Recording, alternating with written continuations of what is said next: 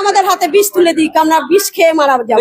আমাদের আর ঘুম নেই, রাত্রে ঘুম নেই, চিন্তায় মাথা খারাপ হয়ে যাচ্ছে। আমরা কি করব? কিছুই করার উপায় নেই। বিজেপি সরকার এসে আমরা মানলাম, ভালো হয়েছে, কিন্তু এ কি সর্বনাশ হচ্ছে। ও 1 লাখ টাকা করে পাবে, আমরা কি পাবো? আমরা কি স্বামীকে খাওয়াবো? আমরা কি স্বামীকে খাওয়াবো? বেচাকেনা তো হয় না, আসছে না, পার্টি তো আসছে না, বলছে গো মাথায় হবে না। তাই এক্ষুনি আমরা কি করব? উপায় কি? তাহলে আমাদের মরতে হবে। তাহলে গরুকে অন্যমান্য ছেড়ে দিয়েছি। আমরা তো ইরির উপরে ভরসা করে আছি না, যে গরুর উপরে প্রত্যেক বছর একটা বেচা কেনা হয়, সবাই ইরির উপরে ভরসা আছে। কিন্তু এই যে একবার বলছে হবে কুরবানি, একবার বলছে হবে না, একবার 14 বছর গরু 6 বছর বাঁচে না, 14 বছর আয়ুত্ব দিচ্ছে। এ কি ব্যাপার? কই মমতা দিয়ে এটা করিনি তো। ওরে মরে মেরে বিজেপি তুলে লাভ এইটি হয়েছে আমাদের, যে আমাদের মরণ থানা কোনো লাইন ও দেনাটা মিটিয়ে দেয়, কারণ নিজে বিষ কিনে এনে দেয়। গরু বিক্রি না হয় বিপদে পড়লেন হিন্দু ভাইরা, একেবারে কান্নায় ভেঙে পড়লেন তারা।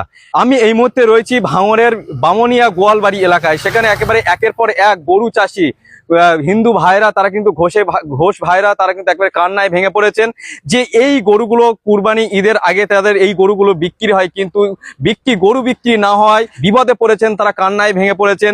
যে বিভিন্ন জায়গায় সোনার গহনা বন্ধক থেকে শুরু করে লোন নিয়ে তারা এই গরু তুলেছিল, এখন এই গরুগুলো বিক্রি করতে না পারায় তারা কিন্তু একবার কান্নায় যেমন ভেঙে পড়ছেন, পাশাপাশি নবান্নে গরু তুলে দেওয়ার কথা বলছেন, নবান্নে গিয়ে গরু ছেড়ে দেওয়ার হুঁশিয়ারি দিচ্ছেন। হিন্দু ভাইরা কি বলছেন, ঘোষেরা ভাইরা কি বলছেন শোনাবো আপনাদের।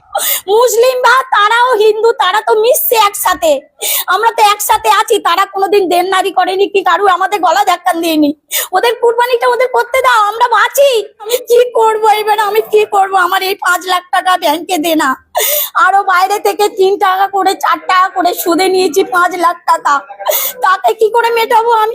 শুভেন্দু অধিকারী এসে তুই গদিতে বসে আছিস, তুই কি করছিস? মানুষকে এরকম করে হিন্দু ধর্মতে সবকিছু তো নষ্ট করে দিচ্ছিস। মারপিট হবে, শেষ হয়ে যাবে। আমার মতো লোক তো পুরো শেষ হয়ে যাবে। বড় লোককে পুরো পেটে লাথি মারছে, ও পুরো গদিতে বসে আছে আর গরিবদের পেটে লাথি মারছে। আমাকে নিয়ে যেতে বলো, গুলি টানতে বলো, এসে ফাইল টানতে বলো, গুলি এসে টানুক, গুলি এসে টানুক। আমি বলছি আমাকে গুলি টানুক, গুলি টানলে আমি মরে যাব, আমি নিশ্চিন্ত হয়ে থাকবো, আমার বাড়ি কোনো মহিলা আসবে না। আমি মাদের কাছ থেকে বুঝে টাকা নিয়েছি, আমি দাও, আমার গরু বিক্রি হয়ে যাবে, তোমাদের শোধ দিয়ে দেবো। আমাদের 2 মাস কি 3 মাস সুযোগ দেয় যে তোমরা গরু পরিষ্কার করে ফেলো, তাহলে আমরা গরুটা বেচার সুযোগ পাই। আর এই যে কুরবানির উপরেই আমরা তো ব্যবসা হয়, এই ব্যবসা কোনদিন চলে না।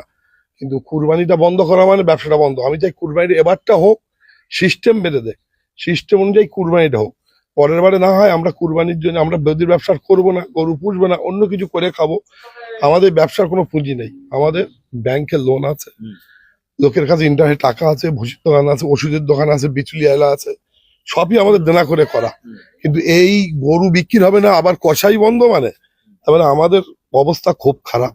লোকে মারবে, ধরবে, গালাগালি করবে, পথে আত্মহত্যা করতে হবে।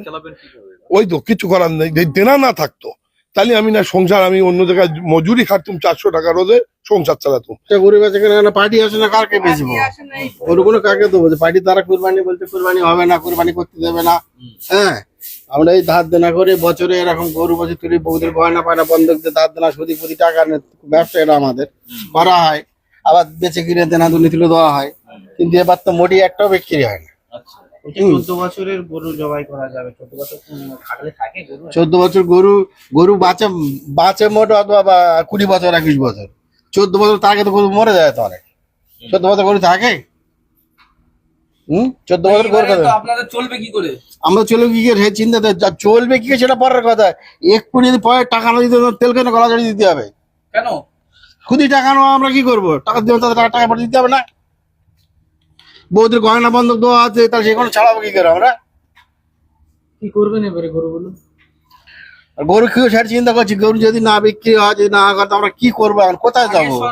সমস্যা ছিল না, না কোনো সরকারের ঝামেলা ছিল না তো। আগে তো আজ তো আমি ব্যবসা করছি, আজ ধরো 18 20 22 বছর ধরে ব্যবসা করে আসছি, কোনো সময় আরাম দেখিনি, এই প্রথম। গরু যদি না বিক্রি হয় কি করবেন এই গরুগুলো? এতটা গরু যে আছে আপনার, কি করবো? গরুগুলো রাস্তা ছেড়ে দেবো বলুন না? কি করবো আমরা গরুগুলো নিয়ে? খাওয়াবো কি ওদের? আমরা তো ধার দেনা করে, যেরকম বিচুলি দেয় না, বন্ধ করে দিয়েছে, ভুসি দেওয়া বন্ধ করে দিয়েছে, কারণ বাকি থাকে, বিক্রি করে টাকা দেওয়া হয়। কিন্তু এখন তো তারা কোথায় পাবে? তারা ভুসি দেয় না, আমাদের ভুসি সব বন্ধ।